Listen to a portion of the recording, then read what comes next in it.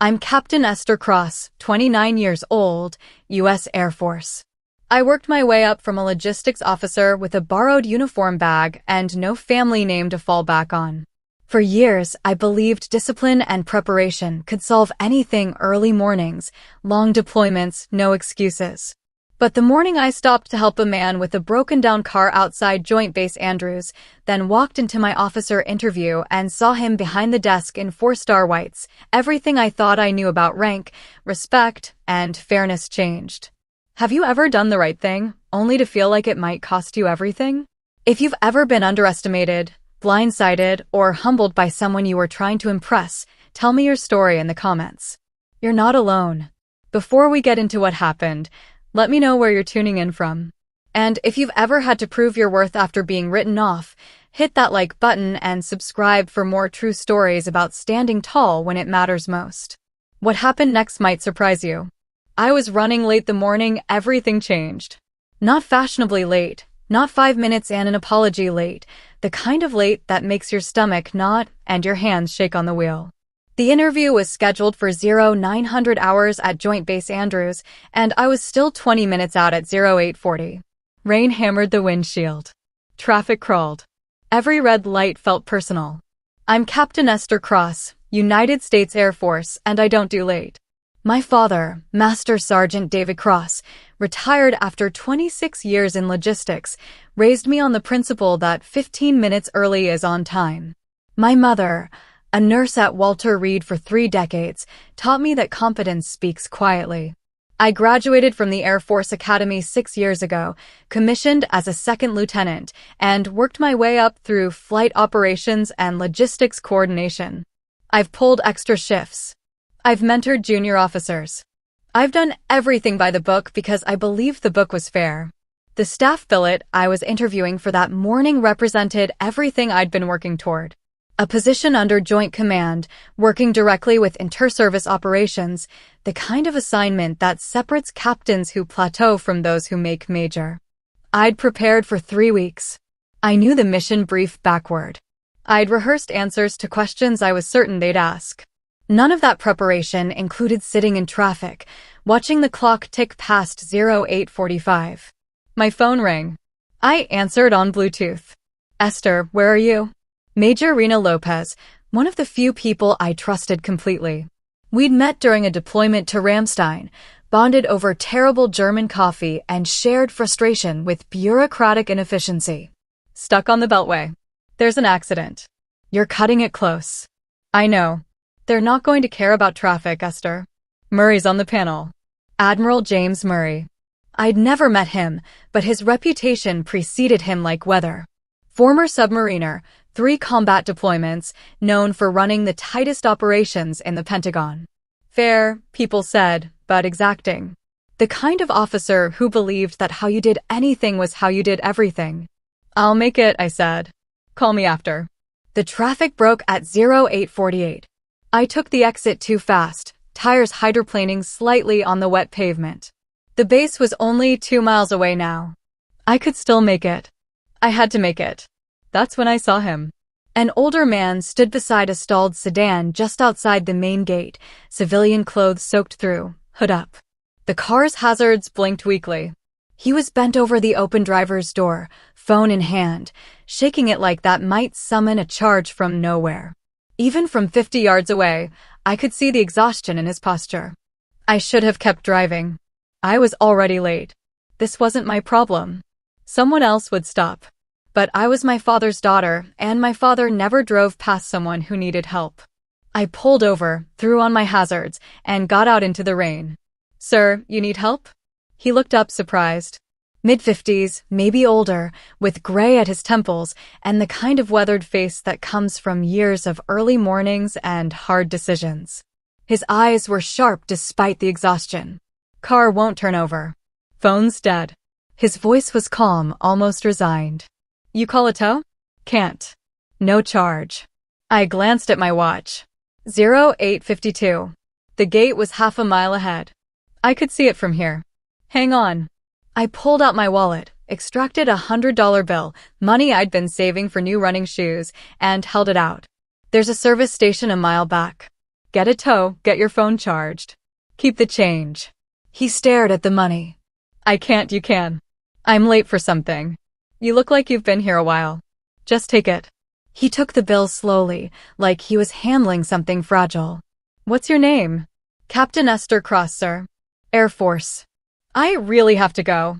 Thank you, Captain. I ran back to my car, pulled into traffic, and made the gate at 0856.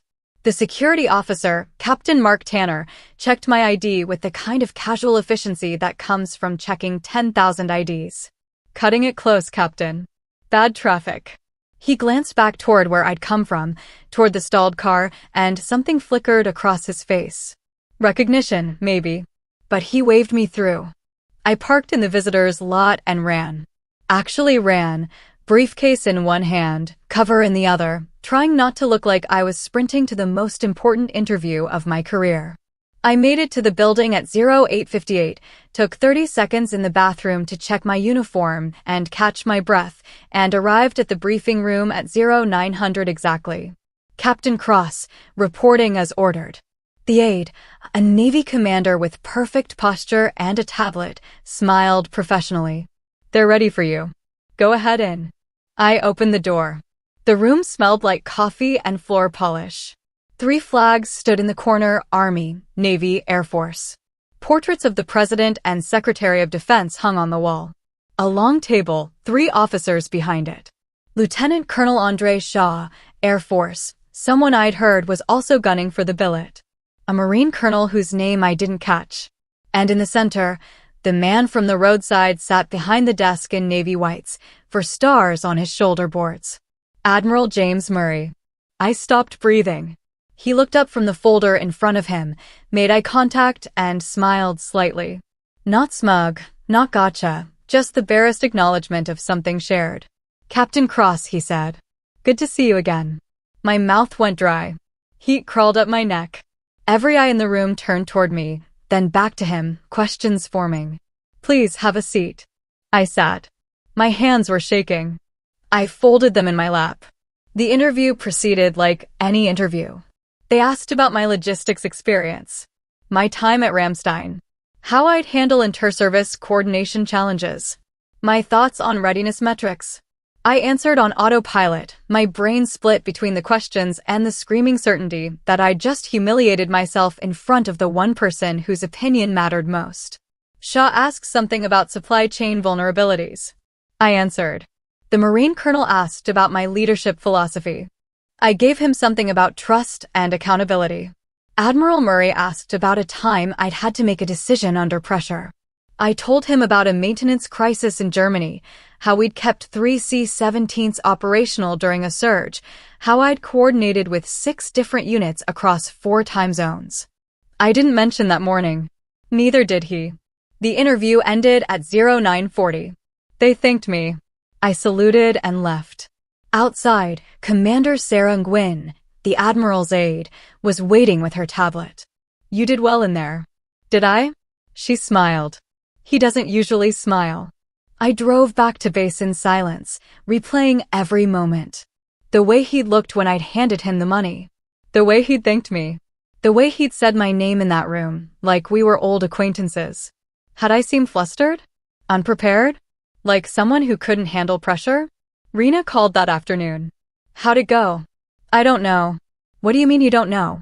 I told her everything. The car, the money, walking into that room and seeing him there. She was quiet for a long time. Jesus, Esther. I know. No, I mean, that's either the best thing that could have happened or the worst. Which do you think it is? I don't know, she said. But at least he'll remember you. That was exactly what I was afraid of. Days passed. Then a week. Then 10 days. Nothing. I checked my email compulsively.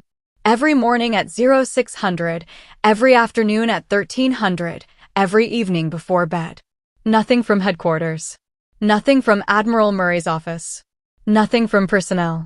Just the usual stream of logistics reports, scheduling updates, and mandatory training reminders. I threw myself into work. 12-hour days at the flight operations desk. I volunteered for the weekend duty roster.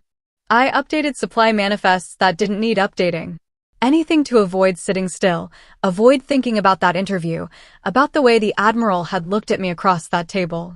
Major Lopez found me in my office on day 11, eating a protein bar over a spreadsheet at 1900 hours.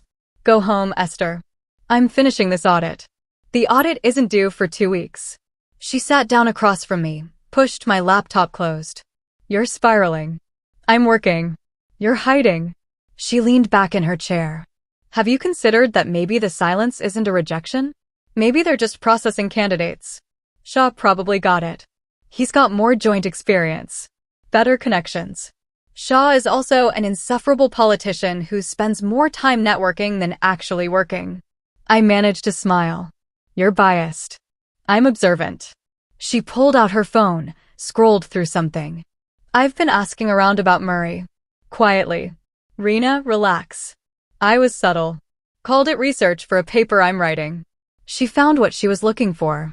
He spent 28 years as a submariner before transitioning to joint operations. 3 combat deployments. Commanded a carrier strike group. The people who've worked for him say he's demanding but fair.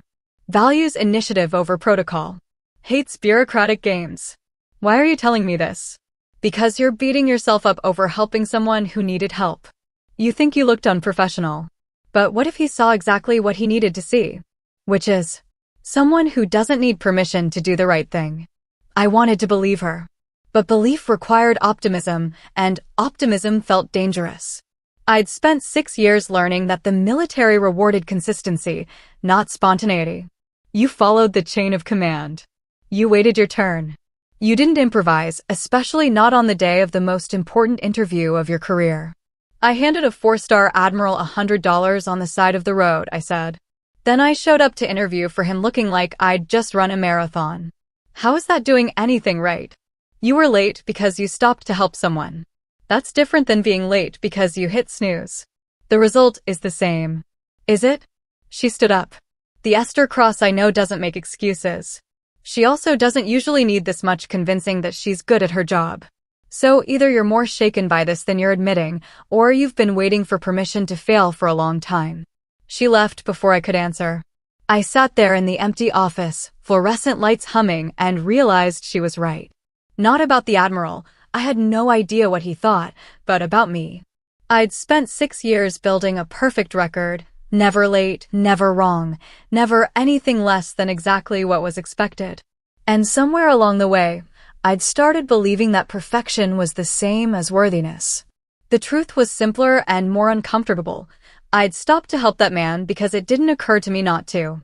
Because my father would have stopped. Because my mother would have stopped. Because it was raining and his phone was dead and he looked tired in a way that had nothing to do with the car. I hadn't been trying to impress anyone. I'd been trying to get to an interview. The stopping was just who I was. And if that wasn't good enough for the Admiral, then maybe the position wasn't right for me anyway. The thought should have been devastating. Instead, it felt like setting down something heavy. I went home. I slept 8 hours for the first time in 2 weeks. I woke up at 5:30 and went for a run, not because I needed to train, but because I wanted to. At work, I focused on the tasks in front of me, not the email that might or might not arrive. I had lunch with Rena and we talked about her daughter's soccer team, not my career. 3 days later, at 1400 hours on a Tuesday, my phone rang. Unknown number, Pentagon area code. Captain Cross. Captain, this is Commander Nguyen from Admiral Murray's office. Do you have a moment? My heart rate doubled. Yes, ma'am. The Admiral would like you to report to headquarters Friday at 0900 for temporary duty orders. Should be approximately 6 weeks. Can you make that work? Yes. Yes, ma'am. Can I ask what the assignment is? Logistics audit for joint readiness operations. You'll be briefed when you arrive. The Admiral specifically requested you. I was still processing specifically requested when she continued. Oh, and Captain? Bring comfortable shoes. The hours are long. She hung up before I could ask anything else. I sat there, phone in hand, trying to understand what had just happened. Not the staff billet. Not a permanent assignment. A temporary audit. 6 weeks at headquarters, long hours, working directly under the Admiral's command. It felt like being placed on probation and given an opportunity at the same time. Rena called 10 minutes later. Did you hear? How do you already know? Shah's aide is dating someone in personnel. He's furious. Apparently, he got a very polite rejection this morning. They gave it to someone else? They didn't give it to anyone. They're reopening the search. But they pulled you for the audit. I don't understand.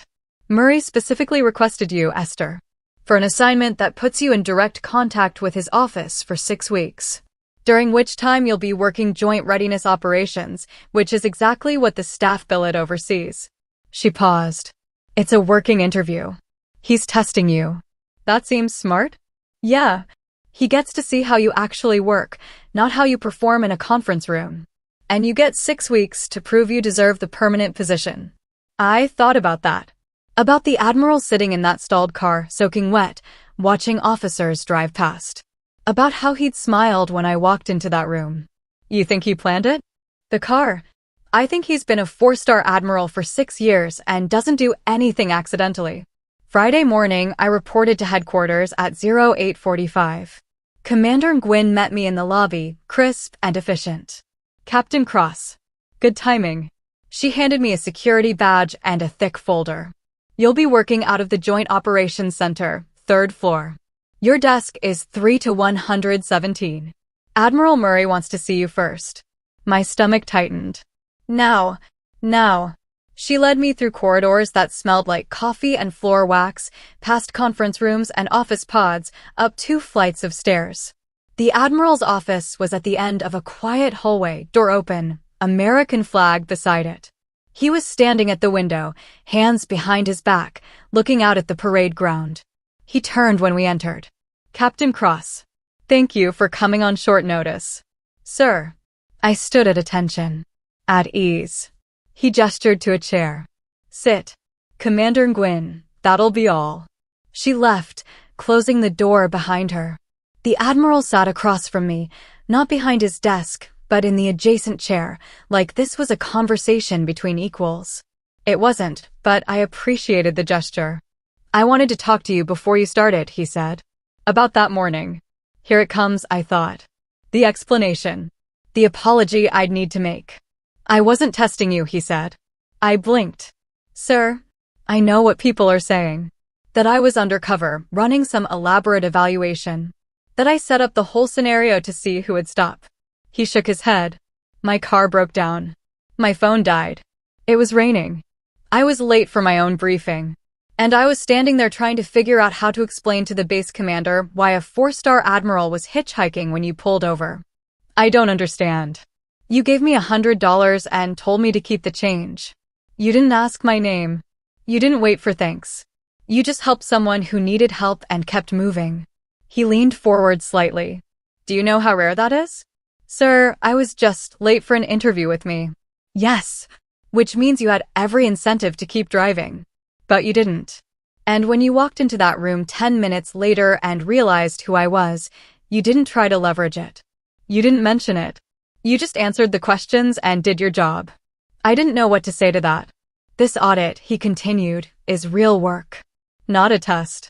I need someone who can coordinate between 4 branches, manage competing priorities, and cut through bureaucratic nonsense to get things done. Commander Nguyen said you were qualified. Your record says you're competent. But that morning told me something neither of those things could. What's that, sir? That you make good decisions under pressure. And that you do the right thing even when no one's watching. He stood. The staff billet is still open. But I don't give permanent assignments based on interviews. I give them based on performance. 6 weeks, Captain. Show me what you can do. I stood, saluted. Yes, sir. At the door, I paused. Sir? For what it's worth, I didn't stop to impress you. I didn't know who you were. I know, he said. That's the point. The Joint Operations Center occupied half of the 3rd floor, a maze of cubicles and conference rooms connected by hallways that all looked identical. My desk was a metal rectangle in a pod of 4, surrounded by filing cabinets and whiteboards covered in acronyms I'd need to learn. The audit folder Commander Nguyen had given me was 3 inches thick. The assignment was straightforward on paper: evaluate logistics coordination across 4 military branches for the Joint Readiness Task Force. Identify redundancies, communication gaps, and resource allocation failures. Provide actionable recommendations within 6 weeks. In practice, it meant untangling decades of inter-service politics, competing procurement systems, and officers who guarded their jurisdictions like territory. I started by reading everything: supply chain manifests, maintenance schedules, after-action reports from the last 3 joint exercises. By the end of day 1, my eyes burned and I'd filled 2 legal pads with notes. By the end of day 2, I understood why they needed an audit. The system wasn't broken so much as held together by duct tape and institutional inertia. On day 3, I met the team. Lieutenant Commander Patricia Hayes, Navy Logistics, 20 years in supply chain management. Major David Chin, Army Operations, 2 combat deployments and a master's in systems engineering. Captain Michelle Torres, Marines, 5 years in procurement with a reputation for getting things done regardless of regulations. They were professionals, confident, and clearly skeptical of the Air Force captain who'd appeared out of nowhere with the Admiral's blessing. "So you're Murray's pick," Torres said during our first meeting, not quite hostile but not friendly either. "I'm here to do an audit. We've had 3 audits in 4 years. What makes this one different? This one has a deadline." I pulled up my preliminary findings on the conference room screen. Right now, when the Navy needs parts, they requisition through their supply system. When the Army needs the same parts, they requisition through theirs. The Air Force has a 3rd system. The Marines have a 4th. None of them talk to each other in real time. So we end up with the Navy sitting on surplus alternators while the Army is grounded waiting for the same part. "We know that," Chin said. "Everyone knows that. So why hasn't it been fixed?" "Because fixing it requires someone with enough authority to tell 4 branches to change their systems. And no one wants to be the branch that blinks first." I looked at him. "Then we make them blink together." Hayes laughed, not entirely kindly. "Good luck with that, Captain." The first week was reconnaissance. I interviewed supply officers, maintenance chiefs, logistics coordinators. I sat in on procurement meetings and listened to people argue about requisition codes. I mapped the flow of information and resources through a system designed by committee and modified by crisis. The hours were brutal. 0700 to 2000 most days, longer when deadlines loomed. I ate lunch at my desk. I learned to survive on coffee and vending machine protein bars. The work itself was meticulous and frustrating, the kind of thing that required both analytical precision and diplomatic finesse. I had to understand the technical problems and navigate the political ones. Admiral Murray appeared occasionally, usually without warning. He'd walk through the center, stop at desks, ask questions. When he stopped at mine on day 8, I was shoulder deep in a spreadsheet showing equipment downtime across 3 bases. "Finding anything interesting, Captain?" I stood. "Yes, sir. We're losing approximately 400 man-hours per week to equipment waiting for parts that exist in the system, but can't be accessed efficiently. For 100 hours. Conservatively. Could be twice that if we account for cascading delays. What's your recommendation?" "Unified inventory system with real-time visibility across branches. It'll require new software, training, and most importantly, agreement on standardized protocols." "Who's fighting it?" "Everyone, sir." Quietly. I pulled up another screen. Each branch has spent millions on their current system. No one wants to admit they need to start over. He studied the data. "How long to implement your recommendation?" "If everyone cooperates?" 18 months. "Realistically?" 3 years. "We don't have 3 years." "No, sir." He was quiet for a moment, hands in his pockets, eyes on the spreadsheet. "Then, what's the interim solution?" That was the right question. Not the perfect solution or the ideal solution, but the one we could actually implement. I'd been working on it for 3 days. Liaison system. We assign cross-branch logistics coordinators at major hubs. They have access to all 4 inventory systems and authority to transfer resources between branches without going through normal channels. It's not elegant, but it would cut response time by at least 60%. How many coordinators? 12 to start. Could expand based on results. Can you have a proposal on my desk by Friday? Yes, sir. He nodded and moved on to the next desk.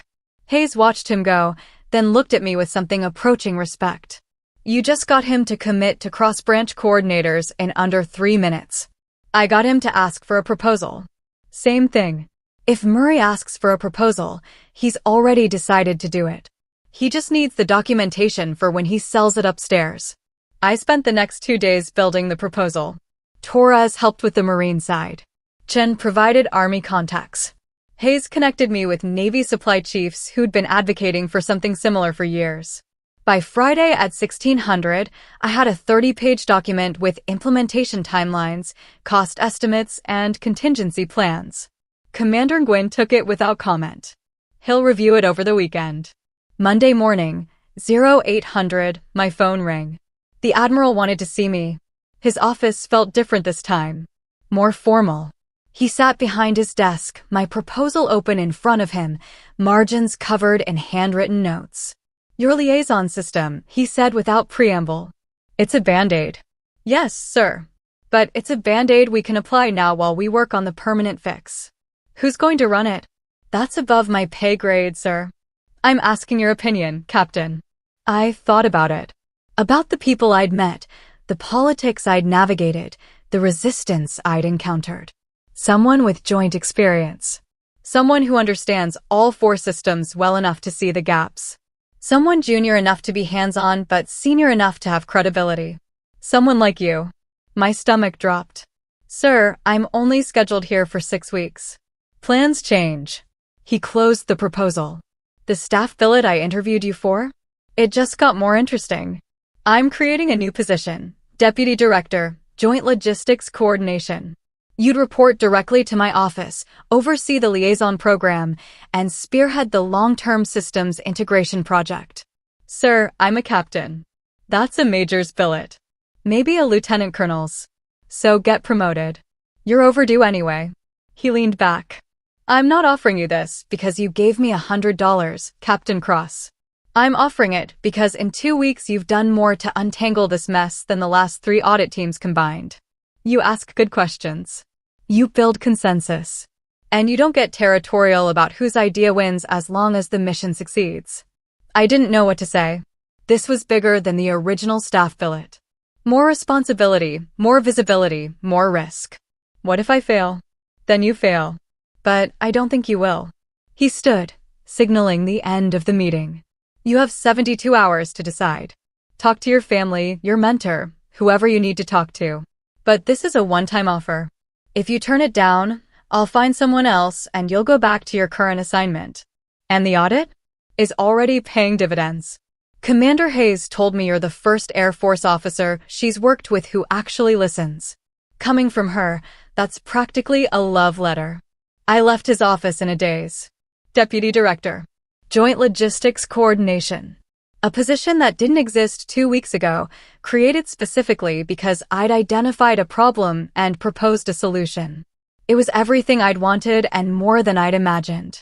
It was also terrifying. Rena picked up on the second ring. Tell me. I told her everything. The proposal, the new position, the 72-hour deadline. She was quiet for a long moment.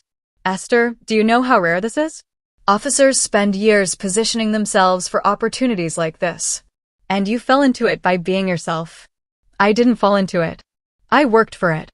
Exactly. So why are you calling me instead of celebrating? Because I'm scared I'm not ready. No one's ready. That's not the question. The question is, do you want it? Did I? I thought about the last 2 weeks, the long hours and hard problems, the satisfaction of seeing pieces fit together, the respect I'd earned from people like Hayes and Chin. I thought about my father, who'd spent 26 years in logistics and never made it past Master Sergeant because he didn't play politics. I thought about my mother, who believed competence spoke quietly but showed up consistently. Yes, I said. I want it. Then stop looking for permission and say yes. I called Commander Nguyen that afternoon. Tell the Admiral I accept. He'll be pleased, she said, and I could hear the smile in her voice. You start officially in 2 weeks.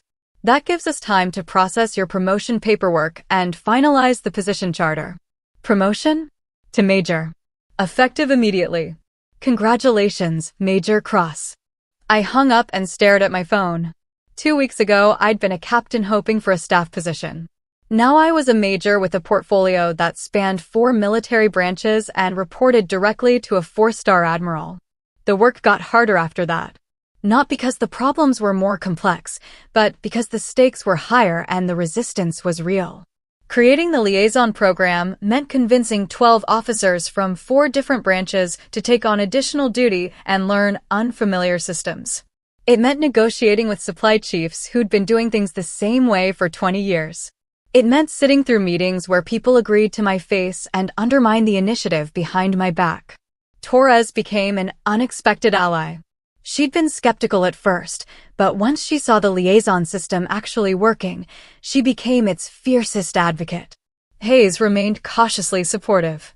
Chin was professional but distant, still unclear whether I'd earned my position or simply lucked into it. The admiral watched everything but intervened rarely. Twice he stepped in when senior officers tried to block the program. Once he overruled a procurement decision that would have delayed implementation by 6 months. Otherwise, he let me sink or swim on my own merits. I swam. Barely some days. But I swam. The liaison program launched on a Tuesday in March, for months after that morning in the rain. We started with 6 coordinators instead of 12, assigned to the highest traffic logistics hubs, Norfolk, San Diego, Fort Bragg, Joint Base Lewis McChord, Ramstein, and Okinawa. Each coordinator had access to all 4 branch inventory systems and direct authority to transfer resources across service lines without traditional approval chains. The first week was chaos. 2 coordinators called within 48 hours, overwhelmed by the volume of requests and the resistance from supply officers who resented someone bypassing their authority. One Army logistics chief at Fort Bragg refused to honor cross-branch transfers, citing regulations that technically supported his position. I spent 3 days on the phone, alternating between patient explanation and pointed reminders about whose authority backed this program. On day 8, we had our first major success. A Marine aviation unit at Camp Pendleton had been grounded for 6 days waiting for hydraulic actuators. The Navy had 17 of the same parts sitting in a warehouse in San Diego, 40 miles away. Our liaison coordinator, a Navy lieutenant commander named Rachel Foster, identified the match, authorized the transfer, and had the parts delivered within 4 hours. The Marines were flying again by that afternoon. Admiral Murray called me into his office the next morning. I heard about Pendleton. Yes, sir. Lieutenant Commander Foster did excellent work. The Marines are pleased. That squadron commander called me personally to say so. He handed me a message printout. He also wants to know why we're not doing this everywhere. We are, sir. It just takes time to change institutional habits. How much time? The coordinators need about 90 days to establish credibility and build relationships. After that, it should get easier. Should, he repeated. What's the biggest obstacle right now? I'd been thinking about this for weeks. Trust, sir. Supply officers don't trust coordinators they don't know to make decisions about their resources. And coordinators don't trust that they'll be backed up when they make unpopular calls. Are you backing them up? Every time. But I'm a major. When a bird colonel pushes back, my authority only goes so far. He nodded slowly. I'll put out a message. Make it clear that anyone obstructing the liaison program answers to me personally. That help? Yes, sir. The message went out that afternoon, 3 paragraphs from a 4-star admiral to every supply officer and logistics commander in the joint force. It was politely worded and professionally framed, but the meaning was clear. This program has my full support, and interference will be noted. The resistance didn't disappear overnight, but it quieted. Officers who'd been stonewalling coordinators suddenly became cooperative. Requests that had been delayed for procedural reasons started moving. By the end of month 2, we were averaging 47 cross-branch transfers per week. By month 3, that number hit 72. The work consumed me. 16-hour days became routine. I ate dinner at my desk more often than not, usually whatever Commander Nguyen ordered for the Admiral's staff. I missed my brother's wedding because I was in San Diego troubleshooting a systems integration failure. I stopped going to the gym, stopped calling friends, stopped pretending I had a life outside this office. Rena cornered me in the parking lot one evening at 2200 hours. She'd driven an hour from her base just to check on me. You look terrible. Thanks. I'm serious, Esther. When's the last time you slept more than 5 hours? I unlocked my car. I'm fine. You're not fine. You're running yourself into the ground. The program needs a director who doesn't collapse from exhaustion. She leaned against my car, blocking the door. You're doing important work. I know that. But you're not going to make it 3 years like this, let alone 30. What do you want me to say? That I'll work less? I can't. Not right now. Then delegate. You've got 6 coordinators and a support staff. Use them. I do use them. You micromanage them. There's a difference. She pulled out her phone, showed me a text chain. Torres told me you edited her after-action report 3 times last week. Hayes said you insisted on reviewing every transfer request personally. You're not trusting the system you built. That stung because it was true. I'd spent months convincing others to trust the coordinators, but I hadn't fully trusted them myself. Every request that went wrong reflected on me. Every inefficiency was my failure. I'd become the bottleneck I was trying to eliminate. Old habits, I said quietly. Old fears, Rena corrected. You're afraid that if something goes wrong, they'll say you didn't earn this position. That you only got it because you helped the admiral that morning. People already say that. So, let them. You know what you've accomplished. I know what you've accomplished. And Murray knows what you've accomplished, or he wouldn't keep expanding your portfolio. She opened my car door. Go home. Sleep. Come back tomorrow and start actually leading instead of just managing. Trust your people, Esther. That's what good officers do. I went home. I slept 9 hours. And the next morning, I called a meeting with all 6 coordinators via video conference. I've been holding too tight, I told them. You're professionals. You know your regions and your people better than I do. Starting today, you have full authority to approve transfers up to $100,000 without my review. Anything higher, flag it for me, but I'll trust your assessment unless there's a compelling reason not to. Foster spoke first. Major, are you sure? If something goes wrong, then we fix it. But I hired you because you're good at this. It's time I let you prove it. The change was immediate. Coordinators started moving faster, making decisions based on local knowledge rather than waiting for my approval. Transfer volumes increased. Response times dropped. And I finally had space to work on the long-term systems integration project, the permanent solution that would eventually make the liaison program unnecessary. Admiral Murray noticed. He called me in 6 weeks later, dropped a folder on his desk between us. Your promotion board results came in. My heart rate spiked.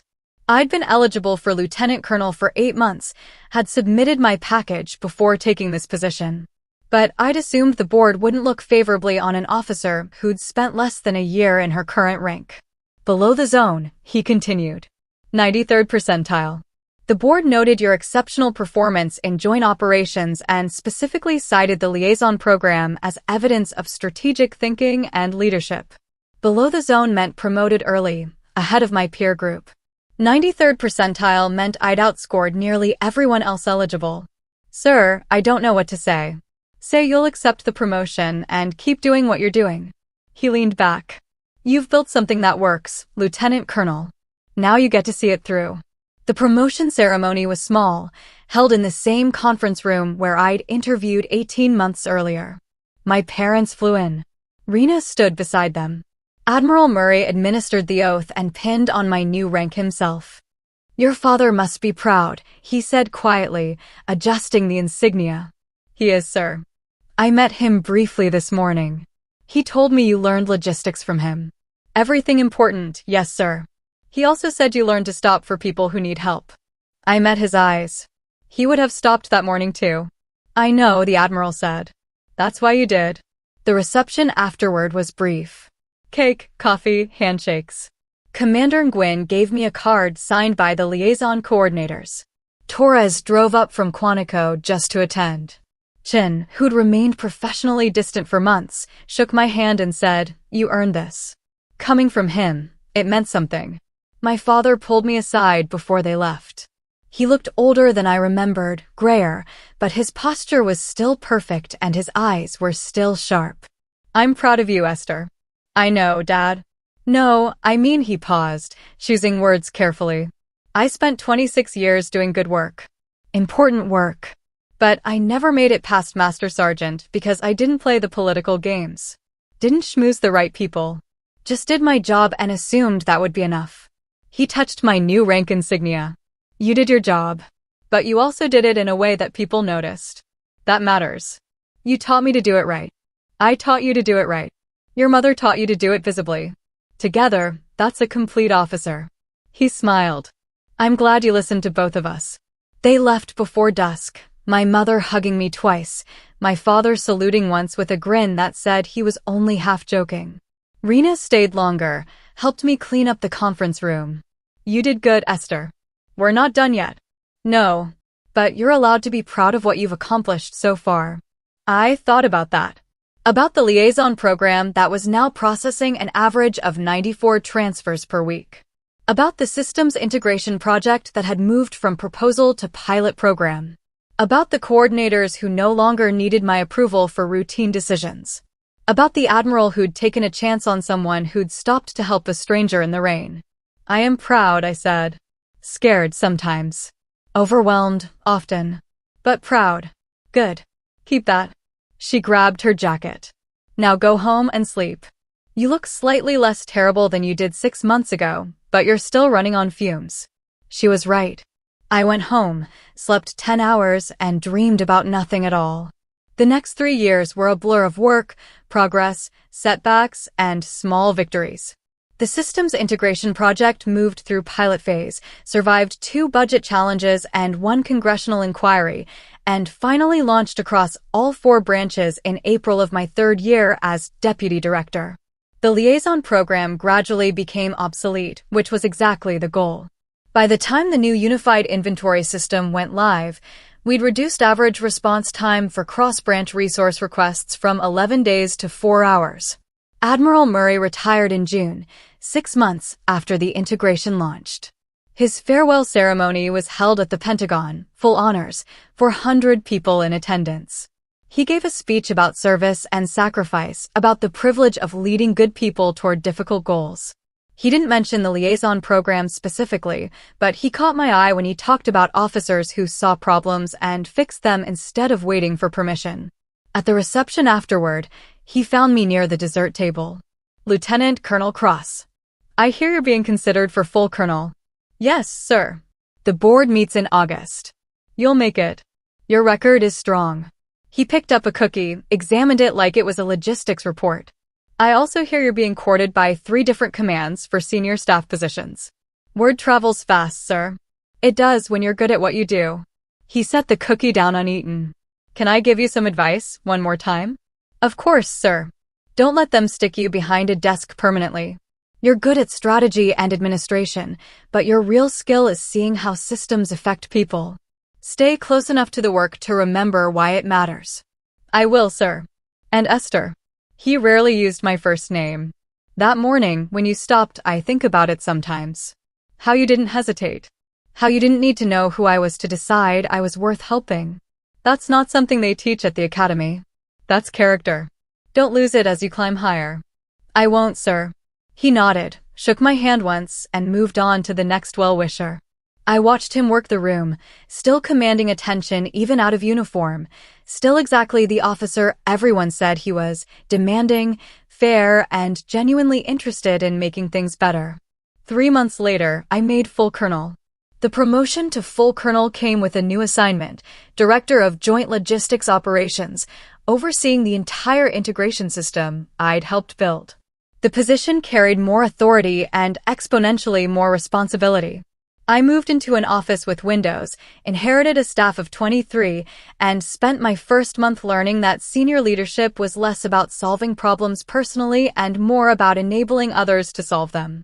I was 39 years old. Most colonels reached this rank in their mid-40s. The fast track had become faster, and with it came scrutiny. There were whispers in Pentagon corridors about the officer who'd risen from captain to colonel in 10 years, who'd built her career on one chance encounter with an admiral. Some of it was professional jealousy. Some was legitimate concern about whether I had the depth of experience for the responsibility. I let the whispers happen. I'd learned from Admiral Murray that you couldn't control what people said, only what you did. So I focused on the work. The unified inventory system was functioning, but not optimal. We were processing requests faster, but error rates remained higher than acceptable. Supply officers in some branches were still working around the system rather than through it, reverting to old habits when the new process felt cumbersome. I spent 6 months traveling to major bases, sitting with logistics teams, watching how they actually used the system versus how we designed it to be used. At Ramstein, I found a master sergeant who'd created a shadow tracking system in Excel because our interface didn't show him the information he needed. At Norfolk, a Navy supply chief had trained his entire team to submit requests through unofficial channels first, then backfill the official paperwork later. At Joint Base Lewis McChord, they'd simply stopped using the system for anything time-sensitive. I could have written up violations and demanded compliance. Instead, I asked questions. What would make the system work for you? The answers were consistent: faster search functions, better visibility into request status, simplified approval workflows for routine transfers, and most importantly, a way to talk to real people when the system failed instead of submitting help tickets into a void. I brought those findings back to headquarters, assembled a team of developers and users, and spent 8 months rebuilding the interface based on what the actual users needed. We added real-time chat support. We simplified the approval matrix. We created customizable dashboards so officers could see the information relevant to their specific role without wading through data they didn't need. The pushback came from the program office that had built the original system. They'd spent 3 years and $40 million on development. My proposed changes represented an implicit criticism of their work. Colonel Cross, with respect, your suggestions would require significant recoding, the program director, an Air Force colonel named Richard Vance, said during a review meeting. We're talking about millions of dollars and at least 18 months of development. We're also talking about a system that 40% of users are actively avoiding, I replied. What's the cost of that? The system works. If users aren't following procedures, then we built a system that doesn't match how people actually work. I pulled up the data from my site visits. These aren't lazy officers cutting corners. These are professionals trying to complete their missions despite our system, not because of it. That's a design failure, not a user failure. Vance's face tightened. I'll need to consult with my leadership. Of course. But Colonel, I'm not asking for permission. I'm informing you of the changes we're implementing. You can be part of the solution, or you can explain to your leadership why you're defending a system that users hate. It was the kind of direct confrontation I'd avoided as a captain and major. But at this level, with this much responsibility, diplomatic language sometimes meant nothing changed. I'd learned from watching Admiral Murray that there was a time to build consensus and a time to simply make the decision and move forward. Vance's leadership agreed to the changes after I briefed the 3-star in charge of joint logistics on the user feedback and the cost of non-compliance. The redesign took 14 months instead of 18 and came in under budget. User adoption rates jumped from 60% to 92% within 6 months of launch. I turned 40 during the redesign project. Rena threw me a small party at her house, just family and close friends. My parents were there, both retired now, my father moving slower but still standing straight. My brother came with his wife and 2 kids. Torres drove up from Quantico.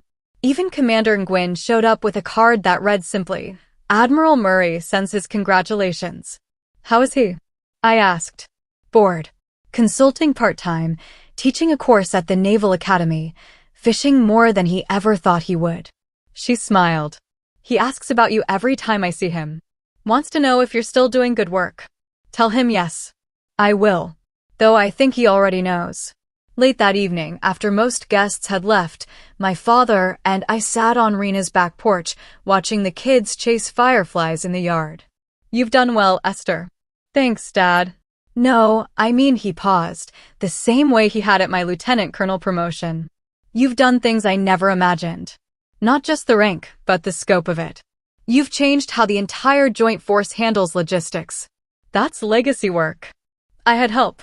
A lot of help. Good leaders always say that. He was quiet for a moment. Do you remember what I told you when you commissioned? That day at the academy. You told me a lot of things. I told you that rank is temporary, but reputation is permanent. That people will forget your title, but remember how you treated them. He looked at me. You've built both. That's rare. I thought about all the people who'd helped me get here.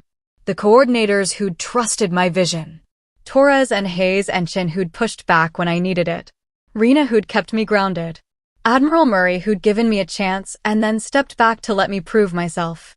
I don't know if I've built a reputation or just avoided major mistakes. Same thing sometimes. He stood, stretched. Your mother wants to leave soon. Early flight tomorrow. I'll say goodbye. He paused at the door. That Admiral Murray. The one you helped that morning. You ever tell him thank you? For what? For seeing you.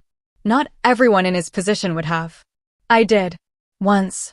He said I was thanking him for the wrong thing. My father smiled. He sounds like a smart man. He is. After everyone left, Rena and I cleaned up in comfortable silence, the kind that comes from years of friendship. 40 years old, full colonel, running joint logistics for the entire Department of Defense, she said, loading the dishwasher. You remember when we were second lieutenants complaining about flight line duty? I remember you complaining.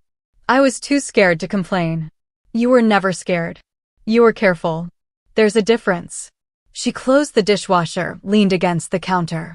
What's next for you? Next? You've accomplished everything you set out to do. The system works. Your reputation is solid. You'll probably make brigadier general in a few years if you want it. So what's next? I hadn't thought about it in those terms. I'd been focused on the immediate work, the next problem to solve, the next improvement to implement. The idea of looking beyond that felt presumptuous, like celebrating before the mission was complete. I don't know, I admitted. That's okay. Just don't lose sight of why you started. She dried her hands. You didn't join to make colonel or run programs. You joined because you believed in service. In helping people. Don't let the rank make you forget that. I won't. Good. Because the Air Force needs more generals who remember what it was like to be a captain running late to an interview. I drove home thinking about that. About the captain I'd been, running through rain to help a stranger, because that's what you did. About the colonel I'd become, comfortable with authority, but hopefully not disconnected from the people the authority was meant to serve. The next morning, I did something I hadn't done in months. I drove to Joint Base Andrews, parked at the main gate, and walked the perimeter road where I'd stopped that morning 5 years ago. The road looked the same. The gate looked the same. But I was different. A car was pulled over about 100 yards ahead, hazards blinking. A young airman stood beside it, phone to his ear, clearly frustrated. I almost kept walking. I had a meeting at 0900, a briefing to review, a full day scheduled. Then I stopped. Need help, airman? He looked up, saw my rank, snapped to attention. Ma'am, no, I'm fine, just waiting for a tow. How long have you been waiting? About 40 minutes, ma'am. They said another hour. I pulled out my phone, called the motor pool directly, used my name and rank to expedite the service. They'd have someone there in 15 minutes. Thank you, ma'am. I'm sorry to take your time, don't apologize. Everyone needs help sometimes. I started to leave, then turned back. What's your name, Airman? Parker, ma'am. Airman First Class Tyler Parker. Where are you headed, Parker? Briefing with my commander, ma'am. I'm getting my orders today. Deployment to Germany. First deployment? Yes, ma'am. It'll change you. In good ways, mostly. Pay attention to the people around you. Ask questions. Help when you can. I smiled. And if you're ever running late because you stopped to help someone, don't apologize for it. Yes, ma'am. I made it to my meeting with 5 minutes to spare. My deputy, a Navy commander named James Reeves, gave me a questioning look as I walked in. Everything okay, Colonel? Everything's fine. Just helping an airman with a car problem. He nodded, didn't ask for elaboration, and launched into the briefing. We were expanding the unified inventory system to coalition partners, starting with NATO allies. It was complex, sensitive work that would require 18 months of negotiations and technical integration. The kind of project that would define the next phase of my career. But for the rest of that meeting, part of my mind was on Airman Parker, waiting for his tow, heading to Germany, about to begin his own story. I hoped someone would help him along the way. I hoped he'd learn to help others. I hoped he'd find mentors and opportunities and moments that changed his trajectory. I hoped he'd remember that rank was temporary, but kindness was permanent. The coalition integration project consumed the next 2 years. I traveled to Brussels, London, Berlin, Warsaw, coordinating with allied logistics commands, learning their systems, finding ways to make our platforms communicate. The work was diplomatic as much as technical, requiring patience and cultural sensitivity alongside strategic thinking. I turned 42 in Brussels, 43 in Washington, 44 on a military transport flying back from a conference in South Korea. The years blurred together in a rhythm of meetings, briefings, site visits, and endless PowerPoint presentations. I was good at this work. I knew that. But somewhere around month 18, I realized I was tired.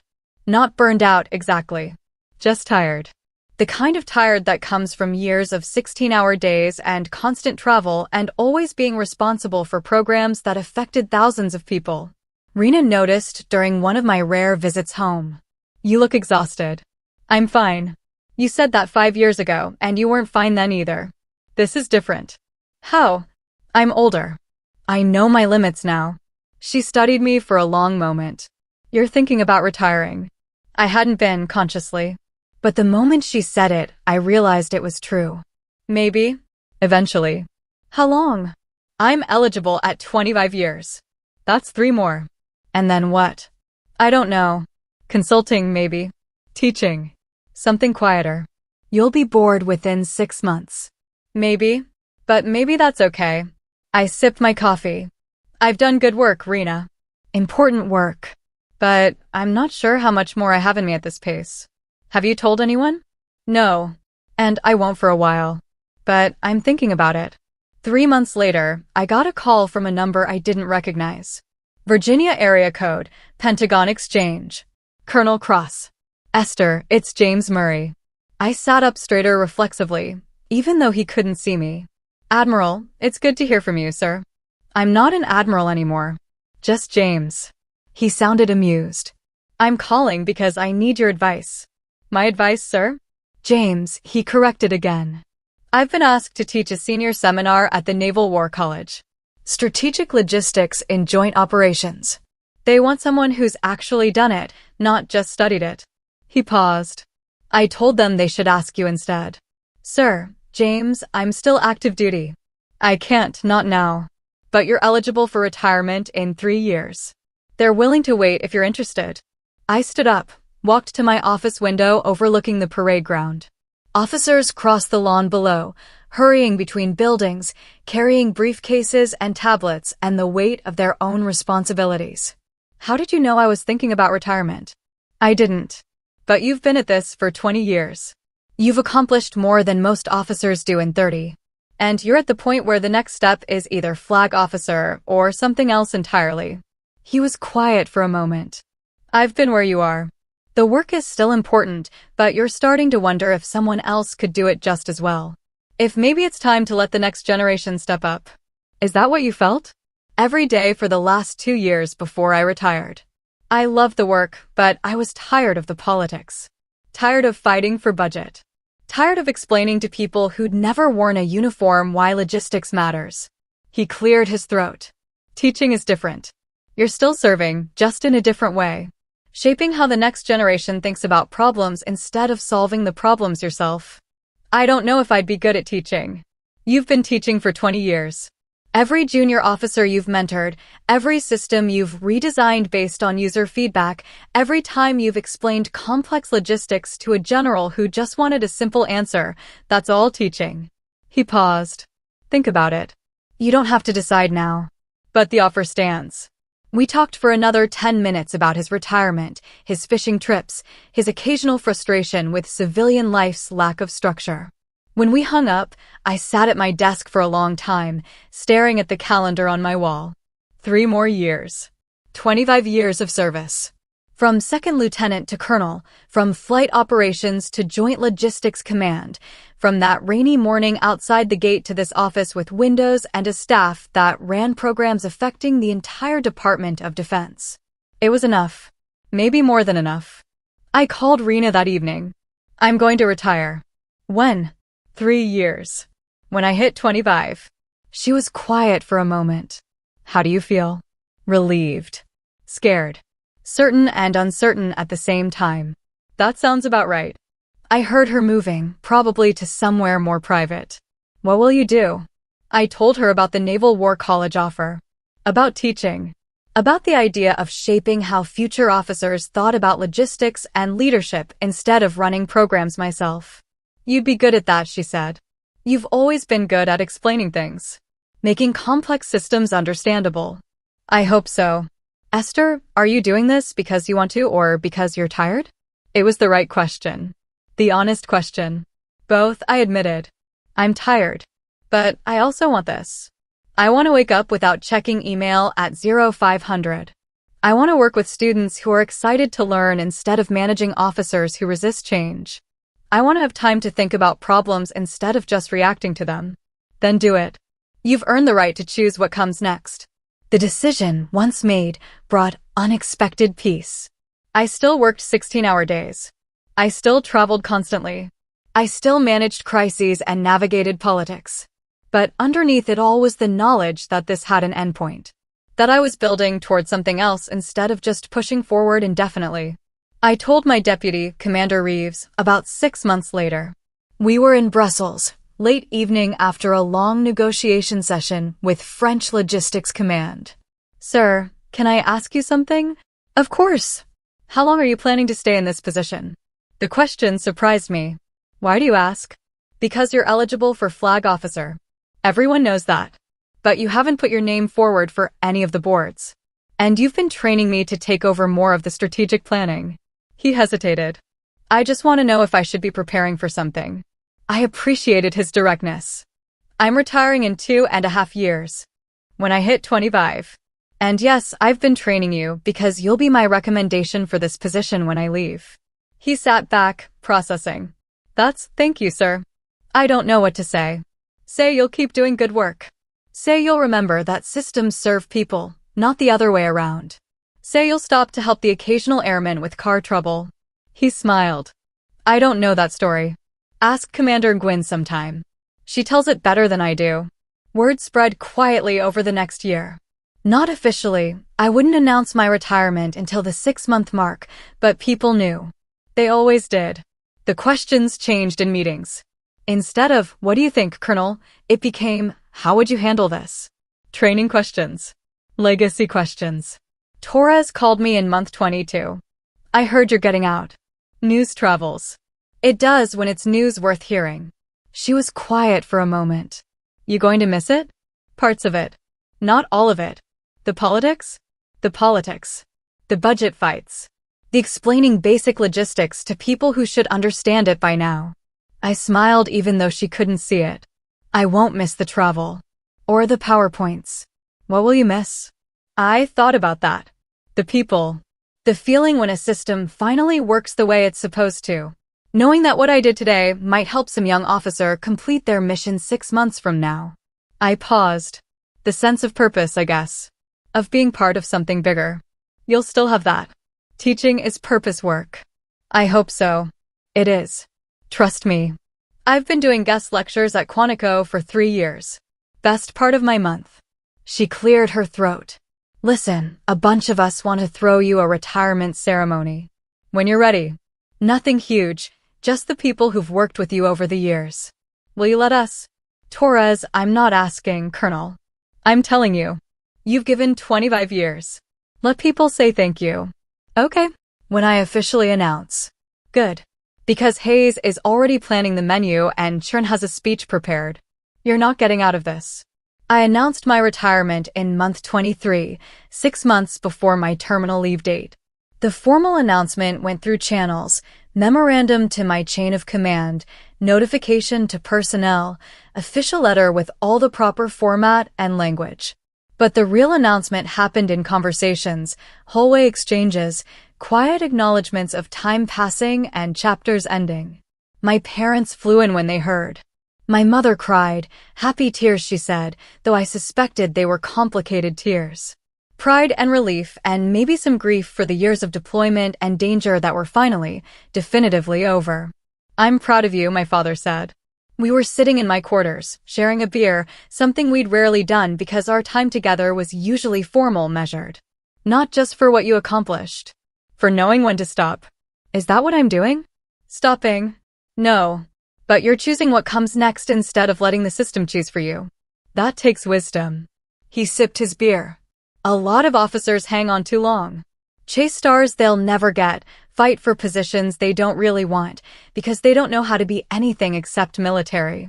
You're not doing that. I'm scared I won't know how to be anything else. You will. Because you're not just a colonel. You're also a woman who stops to help strangers. Who mentors young officers. Who redesigns systems because they don't work for the people using them. He met my eyes. The uniform is what you wear. Kindness is who you are.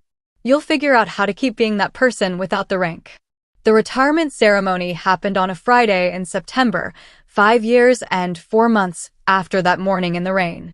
They held it in the same building where I'd interviewed for the staff billet, though in a larger room. 200 people attended. Officers I'd worked with, coordinators from the liaison program, logistics chiefs from all 4 branches, students from programs I'd guest lectured at, and friends who'd kept me sane through 2 decades of chaos. My retirement ceremony was held on a Friday in September, 5 years after that morning in the rain. 200 people filled the room where I'd once interviewed for a staff billet that seemed like the pinnacle of my ambition. Rena spoke about the captain she'd met in Germany who was always 15 minutes early and never said no when someone needed help.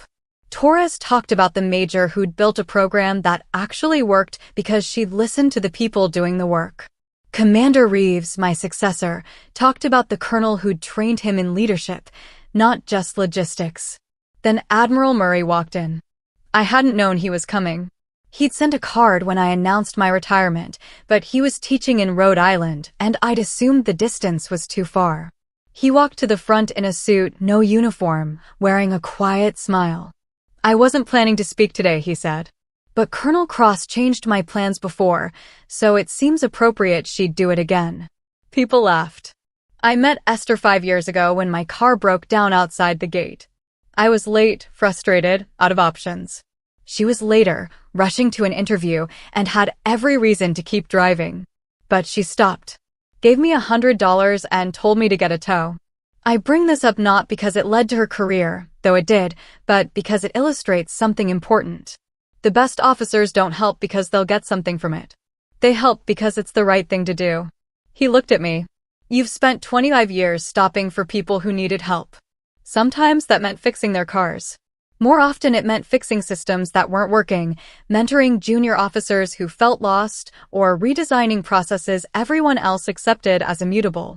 You saw problems as opportunities to serve, not burdens to avoid.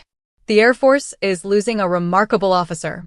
But the Naval War College is gaining something better, a teacher who understands that logistics isn't about systems and supplies.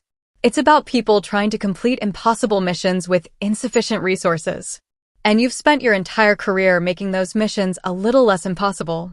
After the reception, Admiral Murray found me by the cake table. You ready for civilian life? He asked. I told him to ask me in 6 months. He finished a cookie and offered one last piece of advice. Remember that morning. Not the interview or what came after. Just the moment when you decided to stop. Hold on to that version of yourself, the one who helps without calculating the return.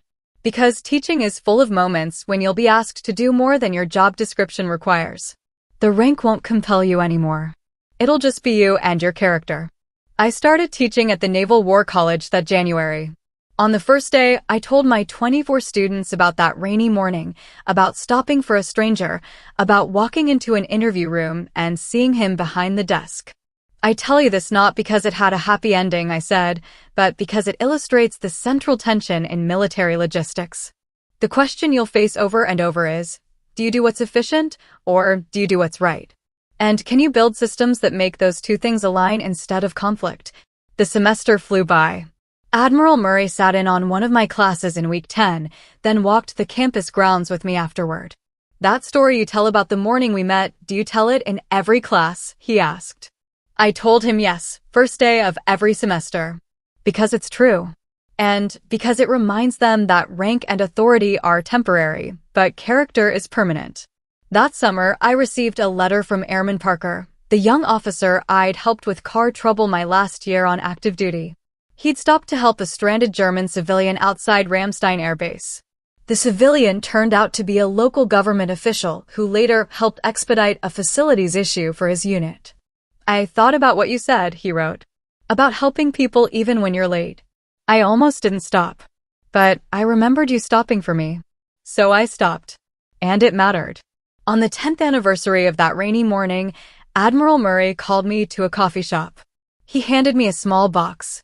Inside was a framed $100 bill with a card, for stopping, for helping, for remembering that rank is temporary, but kindness is permanent.